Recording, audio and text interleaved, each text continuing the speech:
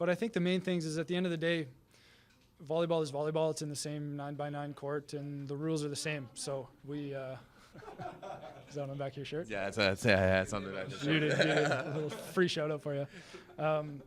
And it doesn't matter who's on the other side of the net. You need to still execute to the best of your ability if you want a chance to win. That is right, Brett Walsh. Welcome back, ladies and gentlemen, to the 9x9's coverage of the 2024 Paris Olympic Games. This is the 81 square meters of the best volleyball coverage on the internet. It is August 10th. It is the second to last day of the tournament. My name is Rob St. Clair, live from Chicago. That is Everett Delorme, live from Toronto. Everett, history has been made. History has been made. Written.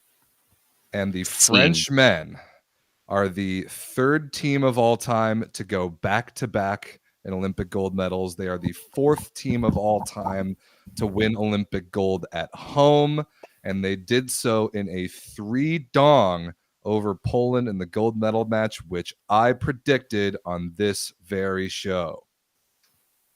Congratulations to France. That was remarkably good. We got to start there. They were unbelievable today. They were disgustingly good today. They were impeccable today. That was no notes. Michelin 3-star. Yeah. Oscar worthy. All of the above. That was something special that France put out there today. And I don't think Poland played that terribly through, like, especially at the beginning. Right. But France's relentless attack and just dominating in all phases of the game was just incredibly well done. Incredibly well done. Yeah. They deserve every ounce of that gold medal. Yes, they do. And so, by the way, big congratulations to the Brazilian women on winning bronze, like just now. But I will tell you guys right now, we are not going to talk about women's volleyball today. We're going to save it all for tomorrow.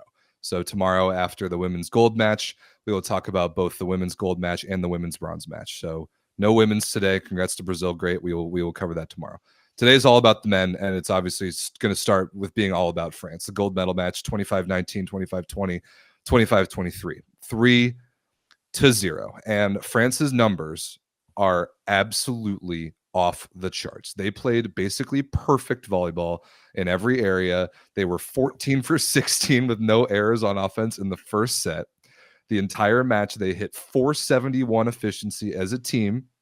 They had 8 aces to only 13 errors, which is an amazing ratio, and they outblocked Poland 9-4.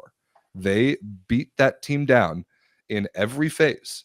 And I think people are expecting me to clown on Poland for losing or be bitter or whatever. I feel great emotionally about this result as an American fan, because even if we had beaten Poland, there was no way we were beating France the way they played today. Nobody was, no matter the team. I don't care. Nobody on the planet was beating them the way that they played today. No chance. No, not in the slightest. That French team was like primed and ready to go. That was a team who was, I mean, they looked fresh as a daisy, and they really continued throughout this match to get better and better. Even when they went to the bench, there was magic. Like Quentin Jouffroy coming in off the bench, talk about magic, locking it down. Oh my goodness! 4 aces in the match as a serving sub. Tournament winning run, 5-0 in the third, from 18-18 to 23-18. Unreal. I thought Brody Hofer's job as a serving sub this for Canada at VNL was fantastic. One of the best I'd ever seen. That blew it out of the water altogether. Oh yeah. Talk about clutch. Talk about cojones. Talk about nerves of steel. My goodness. But this type of confidence, Rob, was just permeating throughout the French roster, right? You could just feel it from them. Like you said, 14 for 16 in that first set. They were impeccable. Poland had to work so hard to steal a point, right? They had to work so hard for break points and wasn't able to make a break point until the second set, which is wild. They weren't able to break France's serve until the second set, or like break France on their own serve, I mean. And it was, bro, it was textbook. Like that first set, Chininiese was perfect, 4 for 4.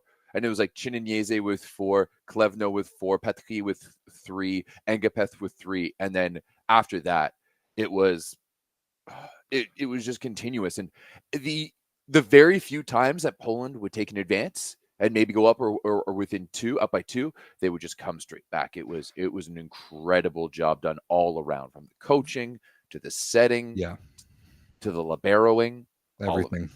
3 out of the 5 French attackers hit 1,000 in the first set.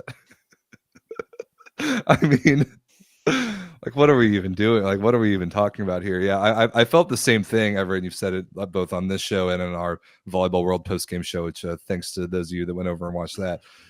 Poland could not buy a break point. They couldn't do it. They had to work so hard to even have a chance, and that was very unlike Poland this entire tournament. We talked about a big area focus on this match was Poland serving, because they were the best in the field, against France's reception, and they were the best in the field in that area. Something had to give.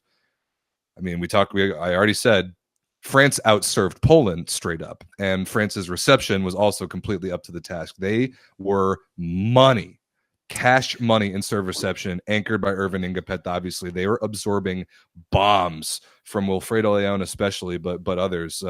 Ingapet, Kleveno, and Grebennikov were an amazing unit today, putting the ball where Brizard needed it, and then you add that all up, and it's 471 efficiency on the match for a gold medal. It's ridiculous, really, what they just did. Yeah, I mean, Leon was on one from the baseline today. Like, he was consistently hitting high 120s into the 30s.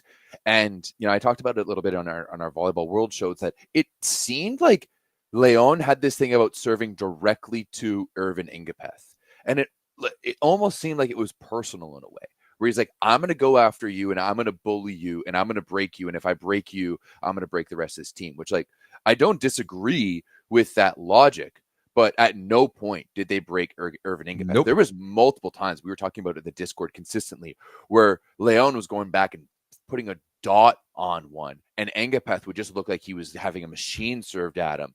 Just looked so, honestly, like, there was some passes that Ingapeth made, I was expecting him to have his knee pads around his ankles, because he was like, just straight leg passing, and just dimes to Brizard. It was wild how dialed in he was. And it just proves, like his magic. And I know, we like to make fun of him sometimes because he, with the Chungapeth and all of these things, but he's just one of those guys. Like, did you ever watch that guy who, like, scales all of the tallest peaks in the world in like 1 year? And he's the first guy who's like Nims Puria. And he's just like, yeah, I know how to do this. And he's like an old Navy SEAL and all of these things. And he just, like, gets himself to, like, the biggest feat that no one's ever done. Like, it feels like Ingapeth's like that. And you're just like, all right, like, time to go win a gold medal. And just, like, gets himself into shape and gets going, because he knows he can just be that good at that level. He was big game player. Unreal today. You said it in our show, Rob, on Volleyball World, that he might be the best 6-back defender after ever. Like Jiba. Ever, like, it's between him and Jiba, and I fully agree with that. I hadn't really thought about that, and I fully agree with that take. Absolutely, he's dynamic back there. Incredible. He can sprint. He can track the balls down. It's weird that he said on the Out of System podcast he doesn't like to play the beach, because he would be a sick beach player with the way he's able to trap balls down. He could strap it on. He reads so well. He's athletic. Man, that was another mint Irvin Ingapeth performance. And for it, we just learned just now, like, we watched the medal ceremony during our show on Volleyball World, but they didn't announce, like, a dream team or an all tournament team or anything at the time. So we created our own. Since we have learned about the announcement of the actual dream team, and I will read this down for you all, because this is absolutely ridiculous. The best setter was Antoine Brizard from France. Yes, it was. Yeah. Yep. Good. The best libero was Jenny Grebennikov from France. Yes, it was. The best opposite was Jean Patry from France. Yep. Yes, it was. The best middle blockers were Jakub Kochanowski from Poland and Taylor Averill from the United States. We had Holt over Averill by a narrow margin, but both American middles were awesome, and Kochanowski hit like 770 efficiency on the tournament. Good pick. All right. Here's where it gets a little interesting. The best outside hitters were Irvin Ingapet and Trevor Clevenot. Okay, so both French outside hitters getting on there. Okay, like both of them were terrific, and both of them were important, and both had good stats. But to not put Wilfredo Leon on the list, and to only have one Polish guy, and for it to not be Leon, for he was the entire reason that they were there and that they earned a silver medal. And then the icing on top of the cake is the MVP is a repeat for Irvin Ingapet again. What does my boy Jean Patry have to do? Irvin Ingapet went 6 for 19 today with 4 errors. That's about 11% efficiency. A block and an ace. And he was important. I'm not saying that he wasn't. But if you just look at the numbers, Jean Patry was 14 for 20 at 65% efficiency. What does my boy have to do to get named in a major tournament MVP award? Yeah, I mean, I think Engapeth was very good against Italy. Very good against Germany. Today was definitely his least, his worst game. But I mean, he still had a pretty good game overall. Only 8 points in this one, Rob. He ended up being the third highest scorer in the tournament. So maybe they're looking for entire tournament performance. Whereas, Petri didn't really show up in, what was it, the quarterfinal? The Germany game, he wasn't so good. Yeah. But, I mean, Patry had 87 points on the tournament, and Ingapeth had 92, okay? 5 less. 5 less. And he hit 650 in a gold medal match, and Irvin Ingapeth hit like 110. Like, what are we doing, dude? I don't know. Irvin Ingapeth is important, and France doesn't win this without him. And again, he adds a lot in non-statistical areas, especially reception and defense. But like, I will go to the ends of the earth to stand for Jean Patry to get recognized for the performances that he has had in big tournaments, in big matches, in medal clinching scenarios. I mean, in the VNL final earlier this year, he was similarly automatic to this. Robbed. Olympic gold medal match 3 years ago. Robbed. Olympic gold medal match today. 650. The only reason that France as a team didn't hit higher than 471 was because Irvin was dragging him down at 11%. Figure it out, whoever's picking these all tournament teams. He was passing very well and played outstanding. Yes, he did. Of course he did. So whatever. My rant about that is over. This French accomplishment, though, like on a larger scale, because like the match was just total domination, and they were amazing in every phase. And I don't like, and we can talk about Poland in a minute, but like this French achievement is all time, and they are up there with some of the greatest teams and the greatest players who have ever played this game. Well, to go back to back for Olympic gold and to do them in completely different ways, when everything in the world and in volleyball and on and off the court was completely different, and to do it again, and to the experience that they got of watching their flag be raised and getting gold medals put around their neck and hearing their national anthem at home is legacy defining stuff. It's amazing. For me, you really have to start considering this team as one of the best.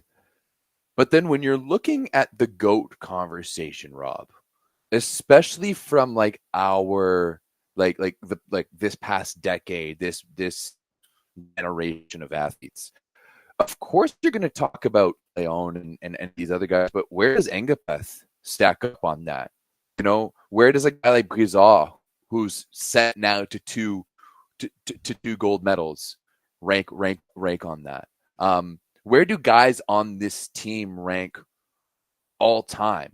I think you talked about Grebennikov ranking maybe all time, like second all time as a libero, behind only Serginho, who in a lot of ways defined what the setter role could be. Yeah, right. Sergio invented the libero position, and Jenny Domenikov is the only one that's come close. Everyone else has, like just kind of mimicked what Serginho's done. But, like in a lot of ways, Enkepeth could be viewed as the GOAT of this generation.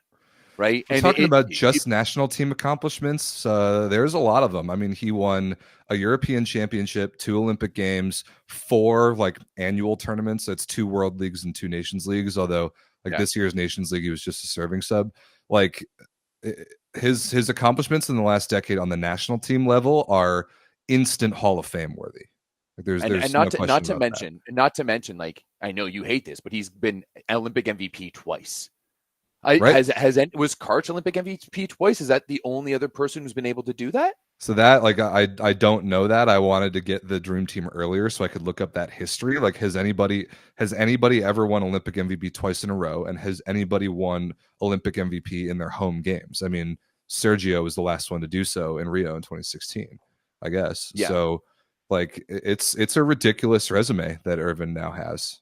National team. Karch was the MVP in '88. How about '84? Had to be, right? I mean, he had to be. Had to be. So yeah, if you're talking about like legacy, Enkepeth is up there with like just Karch and being like a 2-time MVP. Let's double check this right now. Oh no. It was Steve Timmons was the MVP in '84. Oh, Timmons won it in '84. So Enkepeth, I'm not going past that. Like, I'm sorry. Like, once we start getting into the 70s, sidearm on like fist. Yeah. We're not considering that. I'm sorry. No, that was not really. So Enkepeth is the first player all time to be named back-to-back Olympic MVPs. It's incredible. Yeah. And so Berkai in the chat has put together something really nice for us. And it's like a tracker of players and their accomplishments or how close they are to accomplishing what we're now calling the career Grand Slam. And that's an Olympic gold, a world championship gold, a continental championship for your national team, a club domestic championship in a major league, and a CEV Champions League. Where is this? Where do you? It's in the Discord. I pinned it in the Olympics channel. I suggest checking it out. The only guy this century to have done that is Bruno Rosende. He's the only guy who has 5.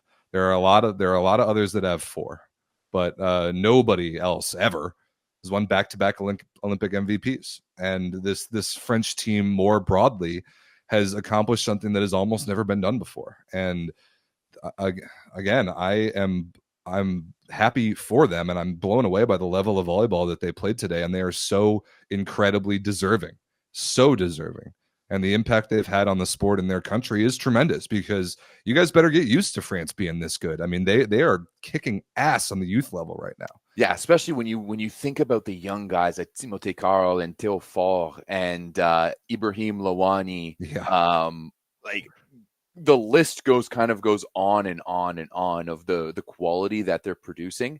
I think France might have one of the best development systems in volleyball, and they use a similar system to their soccer programs in that country, where they have these regional training centers. And I know quite a bit about it a lot, because I know that in Canada we follow the model quite a bit. We try to mimic it, just with a way less budget.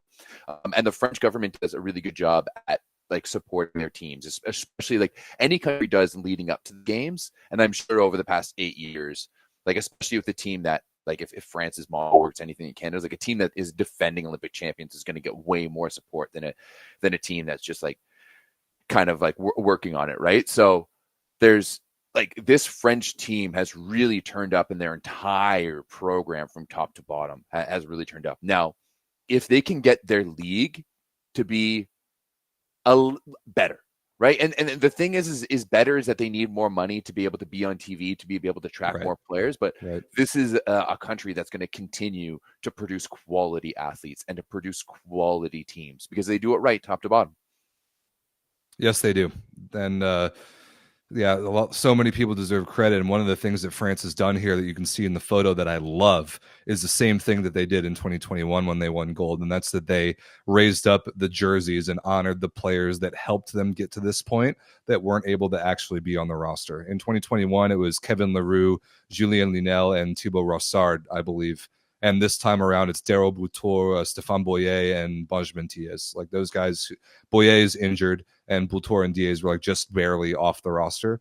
And I just love and think it's so cool that they honored the guys that helped them to get to this point, and they understood that there's a lot more people who have impacted this gold medal than just the 12 or 12 and a half, 13, whatever on the roster. So I really like that, and to do it at home is insane. It's cool that they did it with the Olympic jerseys too. As terrible as those jerseys look, they are the first. They are the worst looking team to ever win an Olympic medal. I'm going to go out on a limb. I have no research to back that up, but these jerseys are terrible. Le Coq Sportif, you should be ashamed of yourself. You're supposed to be a fashion brand. This was terrible. It looked like middle school volleyball. I digress, though. It's cool, though, that they were able to make those jerseys like for those extra players. Yeah, right? I agree. And I guess they had to have. Now that I think about it, because they're all screen printed, or not screen printed, but like they all have to be printed. So anyone who was on the potential roster was going to get one. Which is why Boyer doesn't have one, because we knew that his ankle was going to keep him out. I guess that is the one from earlier this summer. So another thing that I noticed about the French jerseys is that why I think a reason why they're so bad is because across all of French sports, the uniforms are identical. They're exactly this across all sports except basketball, because their Jordan contract wouldn't allow him to switch. But every other French athlete in every sport is wearing a look exactly like this. So I think it's bad. Yeah. Did they just throw it to an intern? Like, what's going on? It's supposed to be the goddamn Olympics. Yeah, it's bad. Rob, for this Polish team, I would like to touch on real quick. Yes, absolutely. Bit of tight butthole play on the part of Marcin Janus. He just seemed like he was really clenching hard. Maybe he didn't have to go to the bathroom beforehand. I'm not entirely sure, but yeah, he was not in that flow state whatsoever. Just not making the right choices at the right times. Like there was at one point I remember where like I found that in times when Leon wasn't ready and wasn't in a good spot to hit, that's when they would set Leon. But there was one ball specifically I remember. I think it was in the second set. Oh, actually, I know it's in the second set because I have it like written in my notes. Like there's 3 times where it'd be like, why aren't we setting Leon? Where he pinned, gets an overpass. He's waiting in the pipe, and they give it out to Fornal, and Fornal gets blocked. Yeah, and not giving Leon Bic balls this entire match is really head scratching. Doesn't make sense. Really head scratching. He's like, what are we doing? He's your guy. He was put on a pedestal in the first one. Like, oh man, like get him the ball. Get him the ball for sure. And yes, I understand that Janusz is injured. Then bring out Gregor Lomac. Yeah. He led you guys to the promised land against the USA. Give Lomac a chance. Or maybe pick Jan Furley, who we actually know can set a decent offense because we know it from the Bundesliga, and he never gets a shot. Yeah, so here's the thing about this Polish performance. It wasn't bad. No. It was not good enough. And you Polish fans can blame the injuries however you want. I don't want to hear any of that because it doesn't matter. No matter how well you could have played, I don't see a universe where this French team today loses that match. There is no way that France could have been beaten today with how well that they played. I was just about to be like, Poland could have served tougher, but like they were serving dogs. They honestly couldn't. Yeah. They honestly couldn't have. So Poland, do what I did to you 2 days ago and say we got beat by a better team, because that's what happened today, and that's what you should be saying. Poland, you're taking home an Olympic medal for the first time in 48 years, and that is an awesome achievement for your country and for what your country and what your Polish men in particular have done for the sport of volleyball, because it's awesome. Polish volleyball culture is incredibly valuable. Polish volleyball media, the Plusliga as a league, the Polish national team, the way you guys host events, these are incredibly, incredibly good things for the sport. And it is great to have a world where Poland is good and where Poland cares so much. So that is awesome, and you should feel very good about this Olympic silver medal. Yeah, because there's again, so much to be proud about. Of course, you got past a decades old curse, and you guaranteed yourself a medal by playing one of the great matches of all time in the semifinals.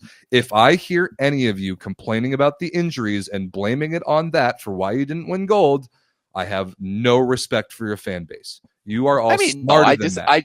You are smarter than that.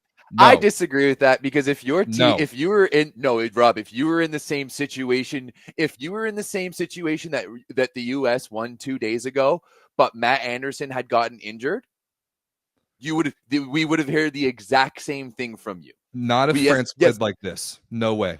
No way. But like, if not you, if France you can, like you this. can make that argument of like, what happens if Janusz is healthy? What happens if Torski? 100% you can make that argument. Yeah, because they can push back. Does the offense that Janusz set have anything to do with France going 14 for 16 in the first? No. When the ball was on France's side of the net, they were absolutely it does. Not even a little bit. When the ball was on France's side of the net, that's one. No. This isn't black and white. That's one set. So you're telling me that back-to-back blocks by Brizohan, like one-on-one blocks by Brizohan and Fornal, aren't Janusz's fault when they were like super tight and like when they were up by 2? I think they're right? Like those types of things. Like Zatorski getting ace 3 times by like Quentin Jouffroy. You can't come out here and say that like there's no way, because there's definitely a possibility. But this Polish team, like if Poland had played the way they did against you guys, this game would have been a different story. It would have been a closer game. Like it wouldn't have been a 3-0. It could have been. I don't think. No, if Poland had played the way they did against you guys on Thursday. Well, guess what? You guys got the short end of the stick. Guess what, Everett? 100%. They didn't play like that. Didn't play like that, and I don't care what the excuses are. France won Olympic gold, and they deserved it. And if you as a Polish fan base, if you can't say that sentence right there, we got beat by a better team today, and France deserved it, then you are not a volleyball fan with eyeballs and a brain. But it can be both. It can be both. It can be we were beat by a better team today, and France deserve it. But also, I wish our guys would have been healthy and ready to go, because it would have been a different match. That's two very real realities that can be at the same time. That didn't happen, and France dominated today in amazing, amazing fashion. Yeah, and France was unreal. But I wish Poland would have healthy, because I did want a little bit more pushback. But we almost got it. We almost got it in the third, because it was too little, too late though. Yeah, it was. It was 18-18, and when Quentin Jouffroy came in and went on that unreal run, including 3 aces, a trickler, a shorty, and then a dot right in the seam. Like he did it every single way, which was insane. And then when Poland was trying to claw back, they even brought in Semeniuk for Leon for a hot second. I think they got one side out. Then when against match point, Semeniuk's spot went back to serve, and Gerbic did the smart thing and put Leon back in, because the only way you had a chance was for one of the great players of all time to go on a service run. He almost did. He almost did. He ripped an ace. He missed that last one. Right. He ripped an ace. He put him on a system, got the ball back in trans, and then he missed the last one at 23-24. But too little, too late. I mean, Poland had one of the great serving tournaments we've ever seen, and they tried their best to do the same against France. But France's reception was so good, and every contact of the ball that France had was better than what Poland was doing today, and it was amazing. It was an absolute clinic, and the ability to do that and to play that well on the biggest stage of all time, with all the I don't even know if I want to say pressure, but with all the stakes, is incredible. It's incredible what France did today. And I will say again that if the United States had beaten Poland in like by a 1%, like they beat us, we probably would have gotten steamrolled by France today too, the way that they played. The way that if they play the same against the US, nothing we could have done though. Like no. And we'll talk about the US in a minute. Like I loved everything that happened when the ball was on our side, but like when the ball was on France's side today, it didn't matter who was on the other side of the net. There was a few moments of frailty that I found, and there was just some key moments in those times, and like in the second set, the back-to-back blocks by Fornal was a big one. Huge right? turning Like point. I thought that was a huge turning point because like once again Poland was up, and then they were able to come back again, and there was a couple of big plays for Poland once again, and France was always able to come back. And I think that if Poland was able to stay more mentally tough in those moments, it might have been different. But at the end of the day, once again, all the credit to France. But my question is: there anything else that you want to talk? Kurek. Yes, Bartosz Kurek in what might be the last match for his country and of his national team career. I think it has to be. It has to be. I think it has to be. He went here. Here are some numbers today in the gold medal match. Bartosz Kurek went 9 for 19 with 3 errors. That is about 30% efficiency. 1 ace serve, 10 points total, and was substituted off for Bartłomiej Bołądź, who was actually, I thought, was terrific off the bench. Yeah. And brought There was a moment there where, like, because he got it there, I think he scored like 2 points pretty early on when he got subbed on, and I was like, is Bołądź about to like save us? Is he about to be some kind of a hero? Yeah. Are we gonna see this? Thought. I was hoping for any type of storyline in favor of Poland, like especially like once they like, hey, Leon goes back there at 24-23, like you're like thinking movie in your head, you're thinking Disney, you're thinking dollars, like I want you to go back there and serve a couple of aces, prolong this one, win this game as in a reverse sweep. Like that would have been absolutely perfect. Imagine how electric all of this would be. The thought crossed my mind as well, but that did not happen. On the tournament, Bartosz Kurek, 59 kills, 153 swings, and 30 errors. That is, I'm trying to do some mental math. His efficiency is just under 4. Under 400. I mean, that's pretty good. His efficiency, according to volleyballworld.com, is 38%, which I don't know if I believe. You do that quick math for me. You're the math guy. That is not even close to correct. His efficiency on the tournament, 189 and 6 blocks and 6 aces in 6 matches. So like just that output from and he got to play Egypt. So like that output as your starting opposite is not good enough. No, it's not good enough. And I've been saying this for a while, like this Polish team plays better with Kaczmarek on the right side. He plays better because he doesn't have that split of divide of like where the ball's to go. Poland is a left side dominant team. You have some of the best left side attackers in the world. You have some of the best middles in the world. You don't need someone who needs a lot of volume. You need someone who's going to maybe hit a little bit of a faster ball, someone who's going to block well, someone who's going to pass well, someone who brings a little bit of leadership to the court, someone who can set out a system.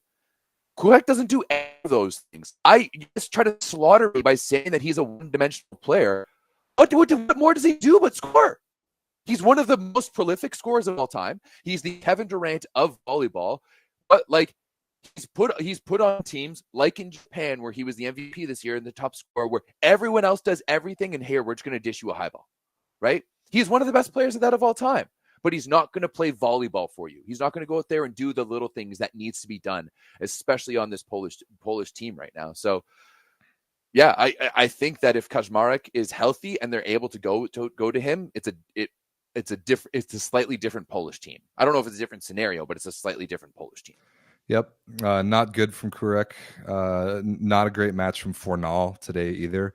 We actually even saw a little bit of the ghost of Alexander Śliwka, who's been an afterthought all summer. The one Polish guy who I must praise, and we kind of did earlier because he was named to the dream team very correctly so, is Jakub Kochanowski. He was on the tournament, dude. 39 for 49 attacking with 1 error. That's like 775 efficiency out of 1,000. That's outrageous. 6 blocks and 4 aces. Today. 8 for 10 today with no errors and a block. And he wasn't the most important Polish player. That's obviously Leon, but I do think that he was the best, like match in, match out. Like 775 efficiency. That's crazy. The only problem is that he couldn't do it on any more volume because of the nature of the middle blocker position. But definitely wanted to give him credit for an amazing tournament. Yeah, it seemed like today that the only person Janusz was comfortable setting was Kokonowski, right? And that there was so many times where they would use Kokonowski to bail them out of problems when you could go elsewhere. So yeah, it's tough overall for this Polish team. Like, it would have been really nice to cap off everything the way it is, but this is also something really special for this French team. And Rob, my only question really left is, what's going on right now? What is this what is this French team doing right this Literally minute? right Actually, this they're minute? probably still doing a whole bunch of press because it's like it is about 8 p.m. in Paris right now. So they're probably done press, and they're not eating at the Olympic Village tonight. I can guarantee you that. And if anyone can give us some insight of how hard those guys party. We heard a little bit about the USA's celebrations yesterday after winning bronze that will be pale in comparison to what France is getting up to tonight. Yeah, my goodness. The partying and I want as much information about that as possible. For any of you that see anything on Instagram or know anything about anything, whatever, put it in the Discord somewhere. Let us know. I want to know. I want like when the Capitals won the Stanley Cup that year, and just everyone was filming Ovechkin getting hammered with the Stanley Cup. Yeah, well, awesome. The best is that there's a Canadian beach volleyball player, Taylor Pischke, who's now Taylor Wilson because she married Tom Wilson. So I remember talking to her afterwards, and she was telling me about some of the things that was like happening that she was like hearing about that celebration through. But that's what I want. I want France big stories, because like you guys have just won back to back at home in Paris. Paris needs to be like someone just said, what the men's basketball team is playing in France. They're playing in like Lyon. They're playing in Lille. They're not playing in Paris. Yeah, it's far, and they're going to get clapped by the United States anyway, so it doesn't matter. No, the refs are definitely going to help them. Oh yeah, they're going to try. The United States is going to get like 45 fouls. I absolutely guarantee you. But yeah, I want to know about the party of this. And also, on the note of the USA party, shout out to all the American parents who are speaking nice about us to people. That was very appreciated. It's nice to hear that getting back to us from influential sources. Yeah. That's nice stuff. All right, speaking of the United States, we got to talk about them, but two things first, because we are obligated and very happy to remind you. We're also obligated to do the other one for this morning show and completely forgot that. Yep, we forgot about that. Oops. Well, that's okay. I mean, we were whatever. The people can go to all the links in the description, and if you've been watching the show, you know that you can now use the code VS10 to save 10% on your VBTV subscription. And you are going to do this. It's not if.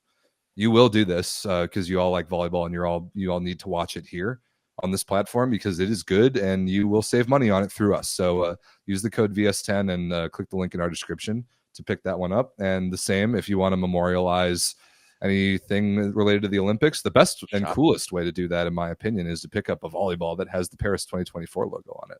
These are pretty sweet. Volleyballworld.com. Yep, we got a link for that as well. So head over to those two places.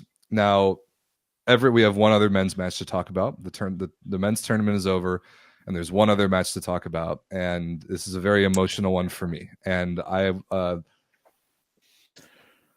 Everett, I've never done this in the history of our show. What are you going to do now? But if you interrupt me as I talk about my team, I will mute you. Just mute me anyways. I have never. Yeah, I think it would be funnier if you mute me to them, and only you can hear what I'm saying. And I'll just take off my headphones. And no, come on, make it fun. So they can just see me yapping. What am I going to say about this one? Your guys played good. Right? They deserved a bronze medal. You'll always find a way. You will always find a way. Finding a way is, they could have been better in this one. And it's like, my God, Everett, you don't like my team. This is the part where you get muted if you don't shut your mouth. The American men had to do one of the very hardest things in all of sports, and that was rebound from a heartbreaking semifinal and try and play a bronze medal match. And if we had been in Italy's shoes, where they did not get off the bus in their semifinal and got stomped, and then had to kind of play for a consolation prize that they could not have argued that they deserved to be playing for gold, it would have been different for sure. But the feeling in this United States men's locker room was that they felt like they deserved to be playing for gold, and it was difficult to argue with them the level that they played against Poland. But like I said, after that semifinal, Poland was 1% better. So we had 48 hours to grieve and reset and come back out and attempt to end an era, a 10-year-long era with hardware.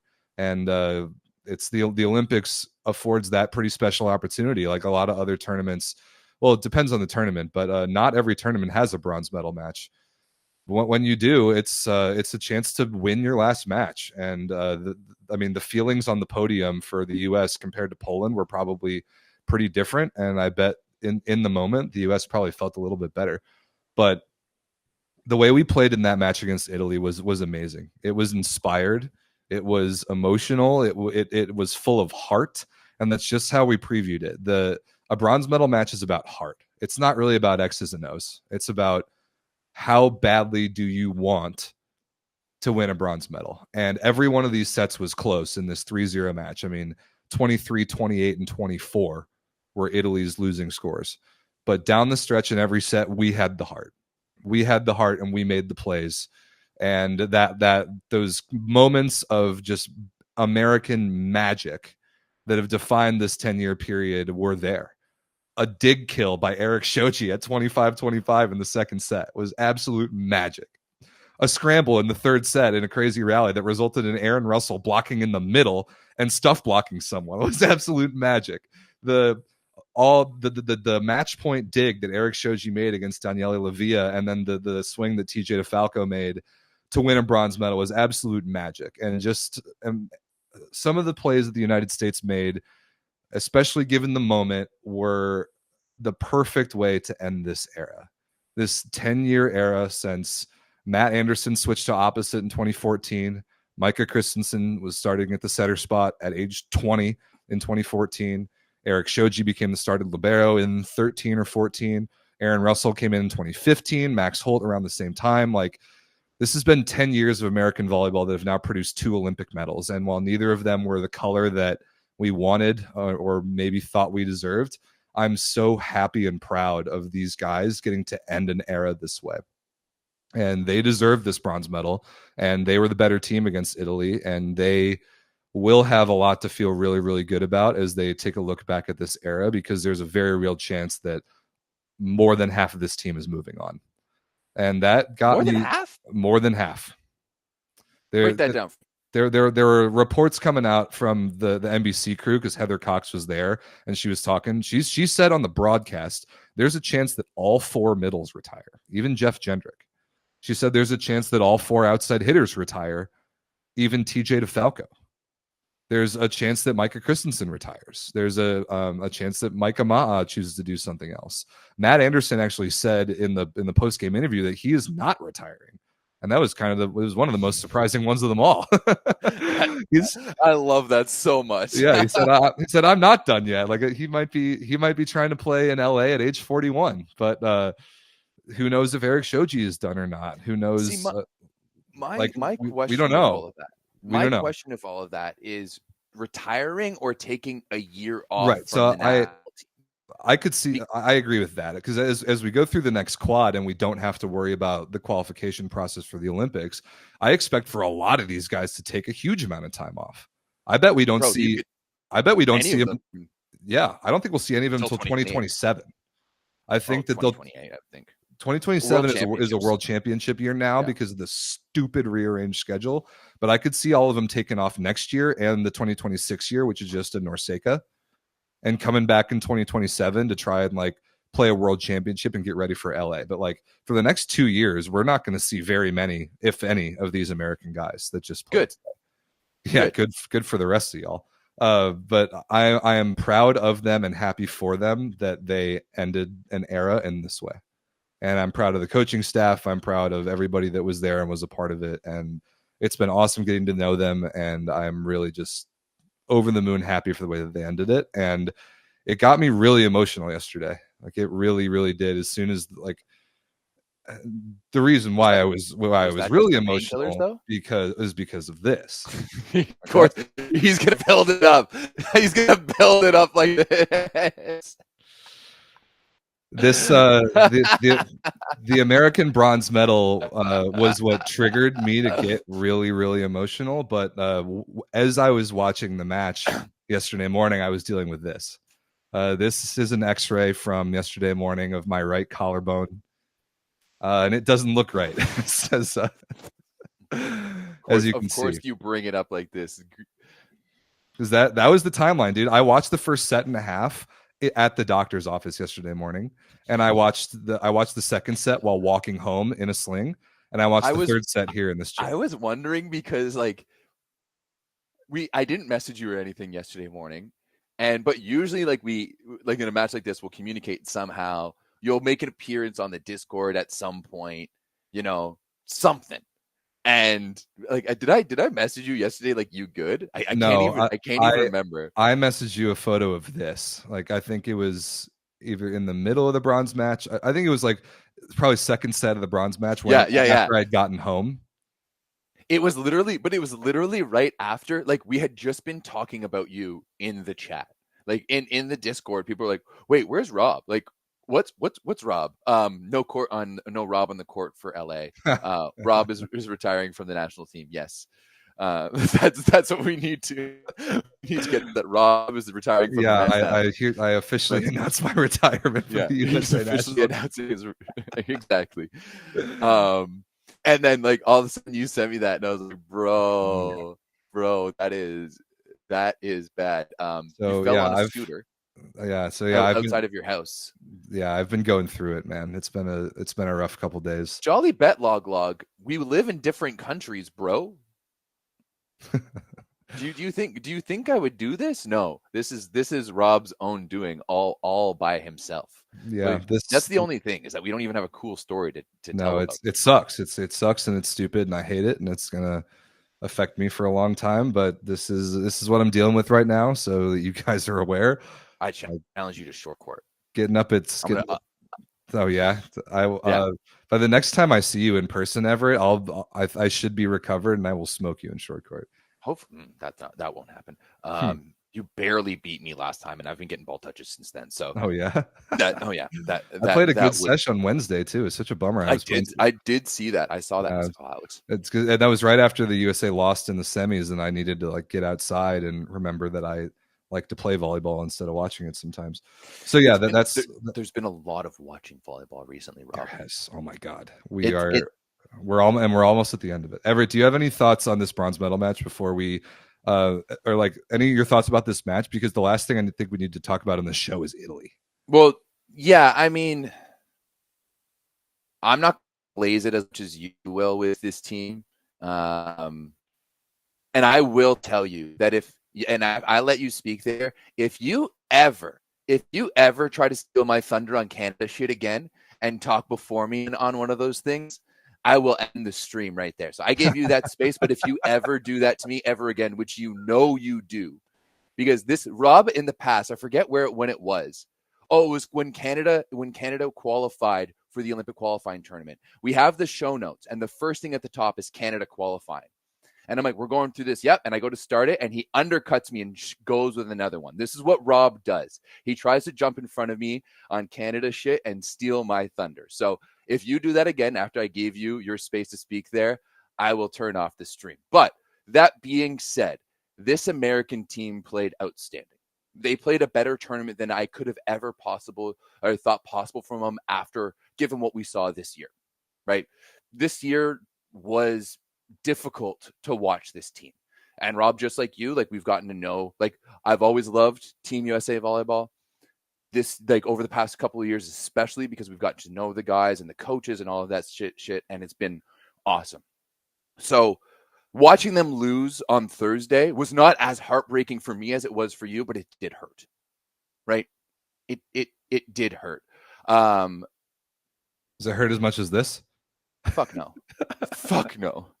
I'm a pussy when it comes to pain like that. Like I've had a lot of emotional pain in my life. Okay.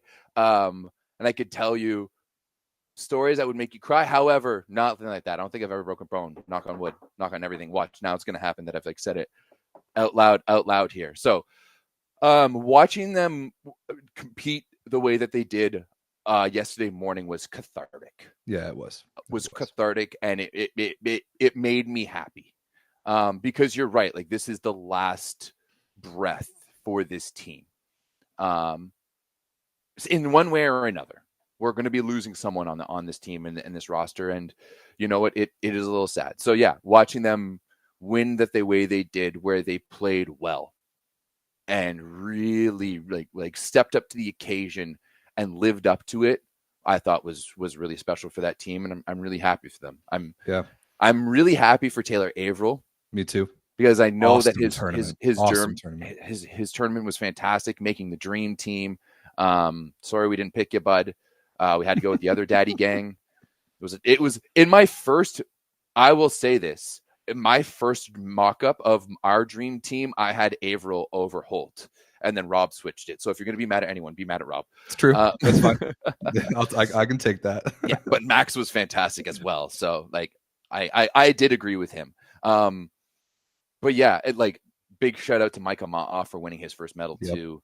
There's so much good, and there's so much love for this American team, and I love to see them succeed. So there's no part of me that to steal your thunder here. Well, thank you for that. I mean, some of the individual tournaments that some of these guys had were insane. I mean, Aaron Russell, yeah, might have played the best volleyball of his life this week. He was 78 for 144 attacking. I mean, it is like we said, he was amazing. Definitely our second team all-star in my opinion, for sure. Both middles incredible. Matt Anderson was incredible, especially the second half of the tournament.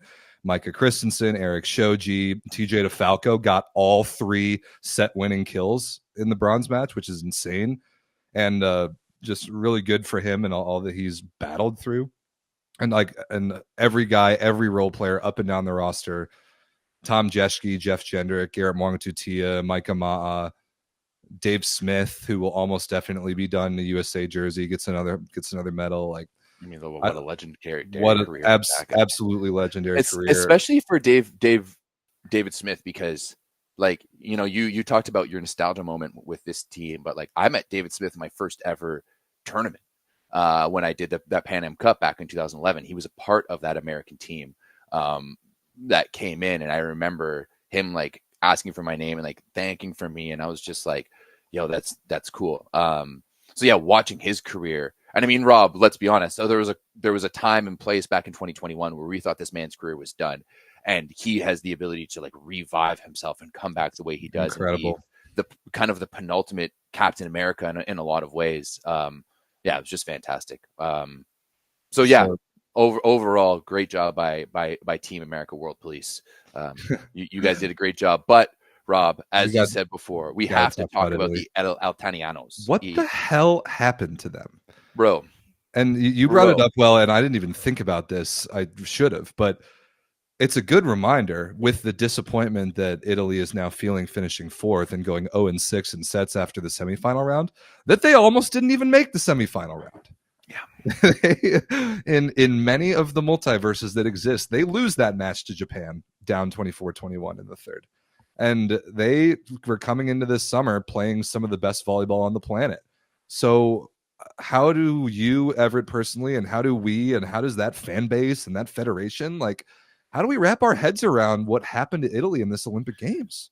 Rob, I personally think, and now I really wanted to go off on this on our other show today, but I didn't think it was the appropriate forum. This is the appropriate forum because I can say whatever the fuck I want. Yeah, that's right. I think that this loss for Italy is just it is a microcosm for their entire federation and how they run men's volleyball, especially in their country.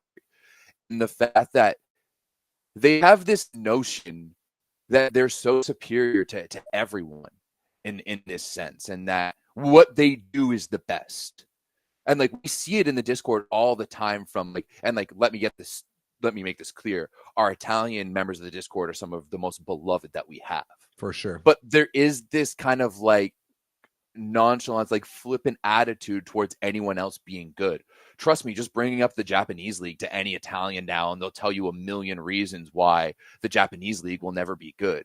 But the Italian like way of playing and the Italian systems are really old school. It's archaic. old. It's archaic. It's old school volleyball. And that's exactly what we saw in the Superliga this year, where you had one team with a shit ton of foreigners, right?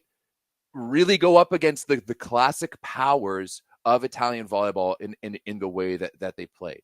And as soon as executing better than everyone else was kind of off the table, they just became like old and formulaic and really uninspired and predictable. Like in a game now where we're seeing so much speed and so much diversity and run different routes with middles, just kind of play straight up, and they just expect their own execution on their side of the net to do well.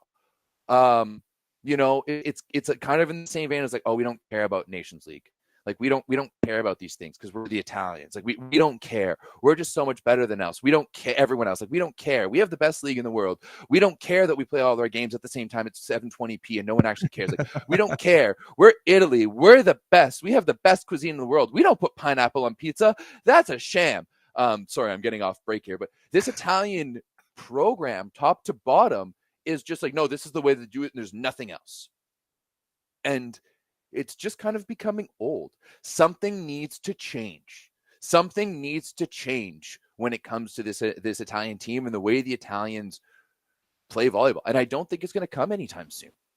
I really don't. Now, this team still has the ability, like this isn't a team that can come back fully and completely moving forward. Right, this was the youngest team here at this Olympic. They will be a gold medal favorite in LA, but like, what does it take for them now after this Olympic Games to actually push one of these things over the finish line? Because, like we've said, Italy has never won Olympic gold. They have tied for the most medals of all time now with the United States, by the way, who now has 6 and beat them to tie their record. But like, for some reason, actually won golds before. So. Yes, we have. For some reason, they get to the late stages of the Olympic Games and they fail. Yeah, like even the gold medal match in 2016, which they went to, they lost to Lipe. Ivan Zaitsev is a generational player, and he got stuffed straight down by Lipe to lose an Olympic gold medal. Like, and then they got upset early in Tokyo. Like for some reason, the Olympic Games, and just the fact that we've been talking all tournament that the Olympic Games is different. Italy can't figure it out. They can't crack the code. And to me, I can't really speak to well, yes and no. They've got because the talent right now. But like they have that talent. When you think about the Italian league, though, there's really only one team with like Italian talent that's Trentino. Good. That's Trentino. Yeah. Right? Because even if you look on the bench, France doesn't have multiple like children on the bench in terms of Bovalenta and Luca Poro. And as good as they are, and as good as we think they're going to be, they're not going to come in and make a difference in Olympic Games in their first year on the on the senior national team, right? Like France, Poland, Japan, like USA, these guys have deep benches. Italy doesn't really. And this is once again, you have this really rigid style where when you have your guys there, you play no one but them. Ricardo, like I'm going to sound like such a fucking broken record on this, but Riccardo Sbertoli is a top 10 setter in the world. Why doesn't he get more playing time? Why doesn't he play more in the VNL? Why doesn't he ever play more with the top guys? Why is it always Gianelli? Because guess what? Gianelli is the reason you lost. Gianelli's like little bitchy behavior in the second set in the semifinals, not wanting to talk to the rest of the team, not joining the huddle, being a goddamn prima donna superstar when you're supposed to be the guy, you're supposed to be the leader. That's not going to happen. So bad. That is not going to happen. They miss Simone Anzani so much here. So much. So yeah, something needs to change. And I hate to say it. I think they need to move away from Fife de Giorgio. Because I think as good as Fife is, he's old school. He plays within that box, and nothing's going to change from this Italian program if he continues to be the head coach. But do you think whatever FIPAV or however you say like they're not going to go and find someone new. Like the Italian system needs someone new to bring in a little bit of. This is the second oldest country on the planet is Italy, and they are the boomerist in the way that they do things in a volleyball context. We know this. We complain about it all the time. They're going to go out and they're going to hire if they choose to move on from DeGiorgi, they're going to hire somebody even older. You know who just won an Olympic gold medal, Everett? Andrea Gianni, an Italian who played under DeGiorgi. Who's one of the greatest Italian players of all time and is much closer to the generation of the current players. You lost to him in the Olympic semifinals, and an Italian just won an Olympic gold medal while you're in fourth. Yeah. So someone wrote this in our chat earlier. Andrea Gianni is the only Italian man to have an Olympic gold medal. Oh my God, is that true? So no other Italian coach has. Well, I don't know about that. Like I'm sure there's an Italian coach. European teams haven't won Olympic women's gold in decades. So I mean, I believe it on that side. And Julio Velasco is not Italian. If Italy wins tomorrow, their head coach is Argentinian. Yeah, for sure. So yeah, unreal. Yeah, it kind of reminds me of the Italy situation, especially with coaching, Rob, is kind of like Alabama draft picks, that they're all going to be really, really good and they're everywhere, but they're like an Alabama quarterback is never going to be one of the best. Right. And I mean, maybe this is just the way that I feel because we just watched Santarelli piss away Türkiye's last season, but we'll talk about that.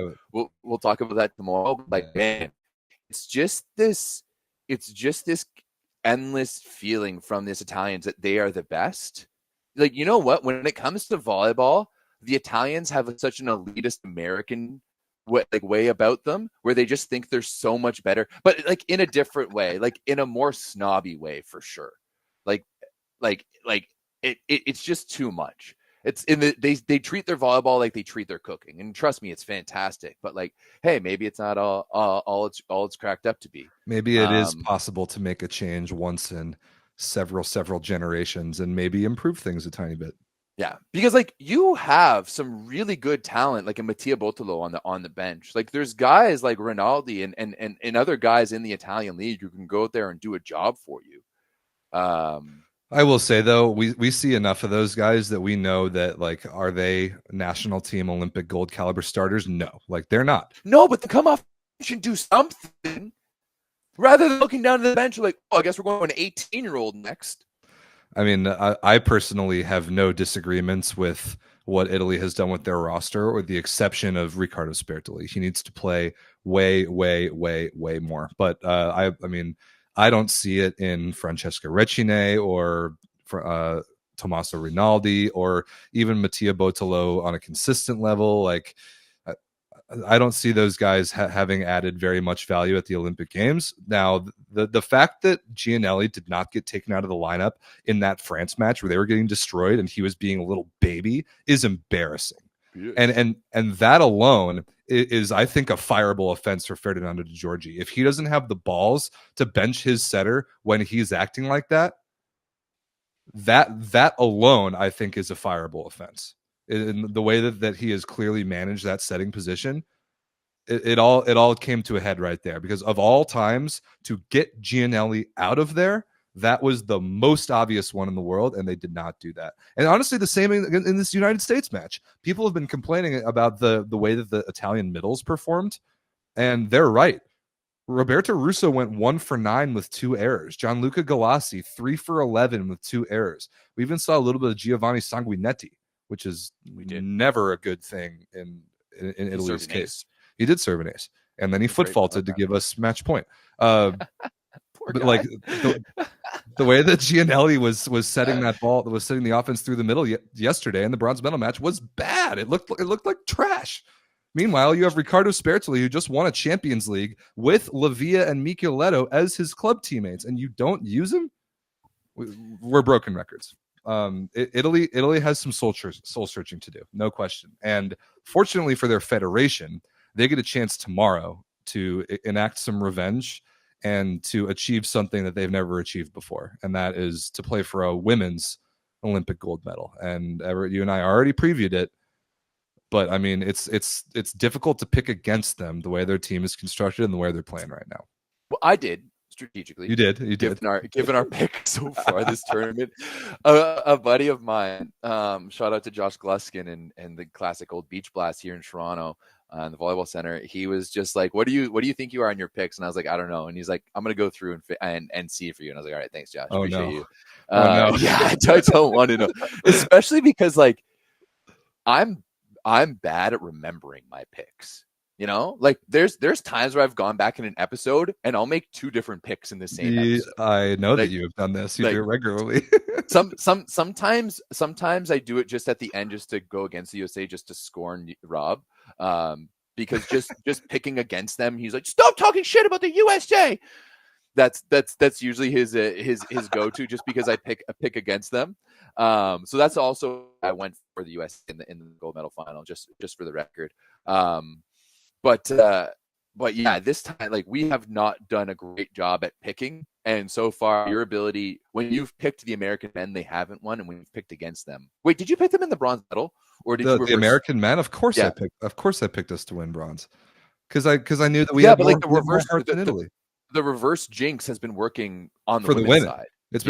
I've been automatic with the reverse jinx on the women's side, which is obviously why I picked Italy to win tomorrow. So we'll see. Again, regardless, if this women's team takes silver tomorrow, I will be thrilled for them. I'll be very happy for them. And then if they somehow manage to beat Paola Egonu and win gold, then I'll be over the moon, and I will probably be talking a lot of trash. So you all have that to look forward to. We will catch up on the women's side, both the gold and the bronze matches. We will talk about them tomorrow after the gold medal match. And also, we will be doing another post-game show on Volleyball World's channel first tomorrow after the women's gold medal match. So you'll watch us there, and then we'll get everything prepped to come over here. And then we will finally, Everett, tie a bow on 16 days of this thing. And we are done. Almost done. Kind of wild. It is kind of wild. Kind of wild to think about it. Do we have any like closing thoughts on like the entire men's Olympic Games? Yeah. Shit. Crowds were unreal. To me, it was probably the best overall Olympic tournament of all time. And I mean, maybe that's just my own thoughts on the matter, because like we watched every single second of it, minus the Egypt games. I kind of agree with you. It was incredible. Fantastic up and down. We had good matches all the way through. That quarterfinal day was one of the best days of volleyball I've seen. And yeah, I mean, I was hoping for some different results, but ultimately we saw something historic happen no matter what. And I like history. I like big things happening. I like excellence.